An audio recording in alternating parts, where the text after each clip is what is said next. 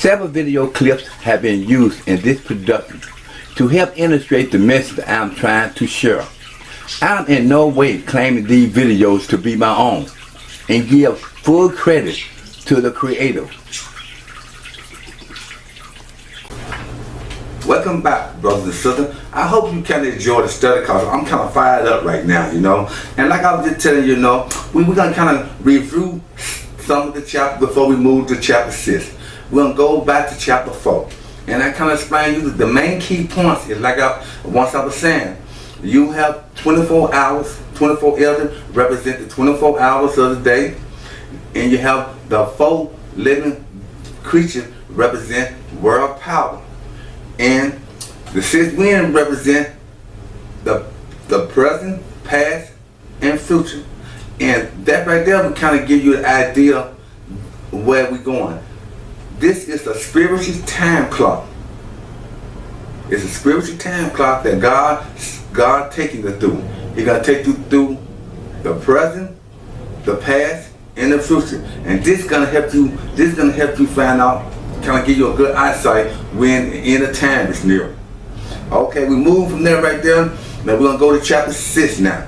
Chapter 6 now is finna take you into American history. I base my chapter 6 in American history. It's finna give you an idea of what the 4 horsemen is. And once we finish watching the clip, the chapter 6, I will come and explain you what each one of the horsemen means. By 1865, the whites have already conquered America, and Christianity have been preached throughout the land.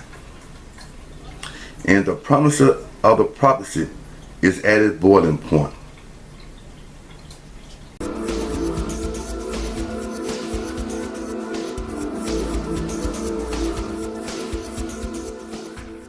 And I saw when the Lamb opened one of the seals. And I heard, as it were the noise of thunder, one of the 4 beasts saying, "Come and see." And I saw, and behold, a white horse. And he that sat upon him had a bow. And a crown was given unto him. And he went forth conquering, and to conquer. Situation. Resistance continues in the heartland of the Confederacy. Mission. Crush that resistance by forced march from Atlanta to the sea. Execution. Lead a force of 60,000 infantry and 5,500 Union cavalry. Administration. By order of the Commander-in-Chief, President Abraham Lincoln. Command and Control, Major General William Tecumseh Sherman.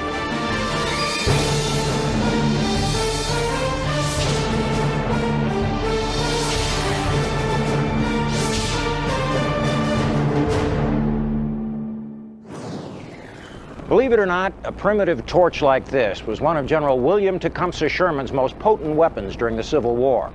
Welcome to Conquerors. I'm Captain Dale Dye. In September of 1864, Sherman battled John Bell Hood's Confederate forces and seized Atlanta. After 2 months of occupation, Sherman would undertake one of the boldest campaigns of the Civil War. He'd march his army right across the state of Georgia from Atlanta to Savannah on the Atlantic coast and conquer the heart of Dixie. This legendary march to the sea would make Sherman one of the most controversial generals in military history, and it would redefine warfare as we know it.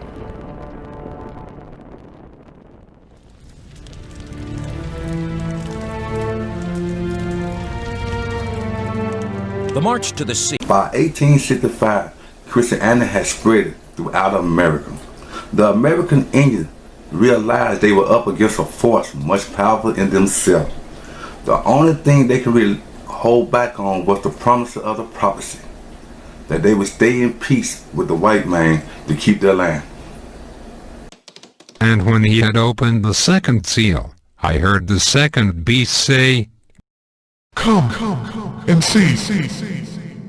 And there went out another horse that was red, and power was given to him that sat thereon to take peace from the earth, and that they should kill one another. And there was given unto him a great sword. Reconnaissance mission with the 7th Cavalry, Lieutenant Colonel George Custer stumbles across the Sioux camp near the Little Bighorn River. Custer makes a fateful decision. With 700 soldiers, Custer charges a camp with 7,000 Native Americans.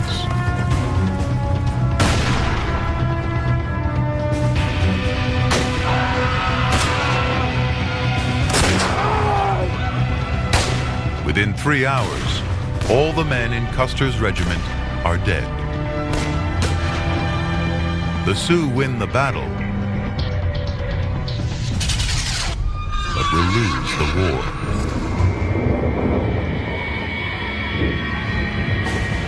In response, U.S. soldiers forced 3,000 Sioux warriors onto reservations. The rest scatter in small bands. Over the next 14 years, the Plains Indians struggled to survive until the incident that finally defeats the Great Sioux Nation. Wounded Knee is a great scar on the American landscape. December 29th. By 1865, Christianity had been spread throughout the land. The blacks Americans have been taken from their homeland, forced into slavery, and was taught Christianity, and believed in the promises of the prophecy that one day they would be free. Breaking their backs, rubbing elbows with the whites, raising their kids, and loving the whites much as they love themselves. They're starting to lose hope in the prophecy, and one day they'll be free.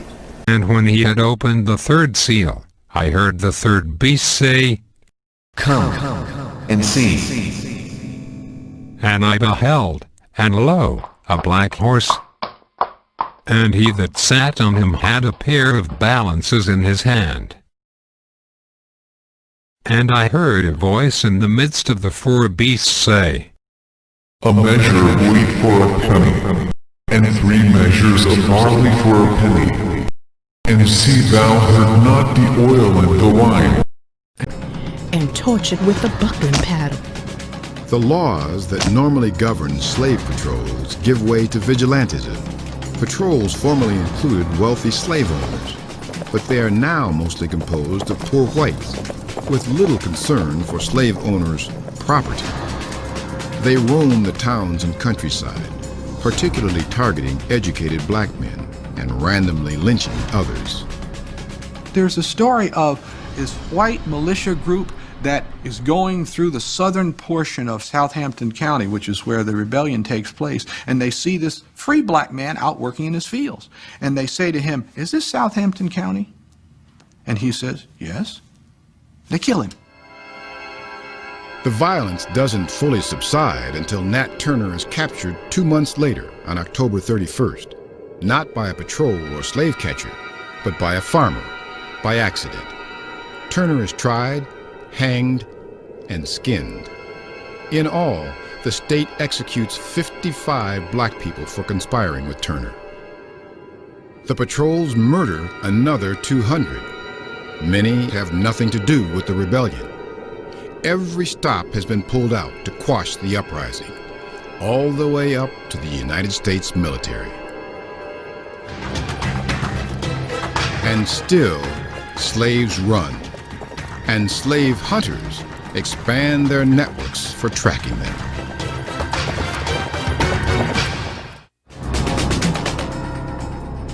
Welcome back, brothers and sisters. Now we're still on chapter 6. Now we're speaking of the black horse. And like I said, its rider had a pearl scale. And it kind of like tell you, it's a little mystery in there. It said it had a pearl scale, and also said a quart of wheat weighs a day's bread, and 3 quarts of barley weighs a day's bread. But it said, do not damage the olive tree, and most Bibles said the vineyard. Now, in that story right there, I kind of speak of that. It's a mystery it's speaking right there. You know what I'm saying? And like I said, when it speak of the olive tree, it speak of, you know, like during Noah's Ark days, it rained for 40 days and 40 nights. And he sent the dove out there, and the dove came back with an olive branch, and they gave them hope hope that land was there, you know, because the whirlpool been flooded. And just right here speaking of, do not damage the olive tree. That means in the black race, it's gonna be hope there. You know, hope gonna come out that race. And it's sort of like telling them, you know, pay the people for what they worth, but do not destroy them, because it's hope gonna come out that race. And that's what my study lead me to believe that what it's saying. Okay, we'll move on to it. Welcome back, brothers and sisters who are still studying with me in the Word of God. This is chapter 6. We are coming to the conclusion of the 4 horsemen. The year is 1865. America is at its boiling point with the prophecy. See, the prophecy was once told that they would live in peace with the Indians and they would free the blacks. But you have those in America that you had some whites that were willing to fulfill the prophecy, and you had others was not gonna go down like that.